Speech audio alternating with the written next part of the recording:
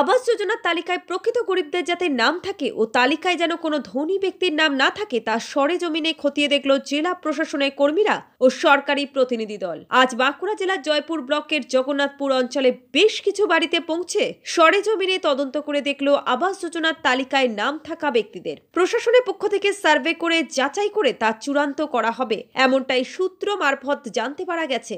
এদিন প্রশাসনের এক কর্তা জানান, তারা বেশ কিছু ব্যক্তির পাকা বাড়ি রয়েছে বলে সরেজমিনে এসে তা দেখেছেন। তারা চূড়ান্ত তালিকা থেকে বাদ পড়বে বলেও জানান। তবে প্রকৃত গরিবদের নাম যাতে তালিকা থেকে বাদ না পড়ে সেই বিষয়টিও তারা গুরুত্ব সহকারে দেখছেন। যদি কোনো ব্যক্তি পাকা বাড়ি থাকা সত্ত্বেও ভুল তথ্য দিয়ে থাকেন তাহলে তাদের বিরুদ্ধে আইনি ব্যবস্থা নেওয়া হতে পারে। দেখুন সেই চিত্র।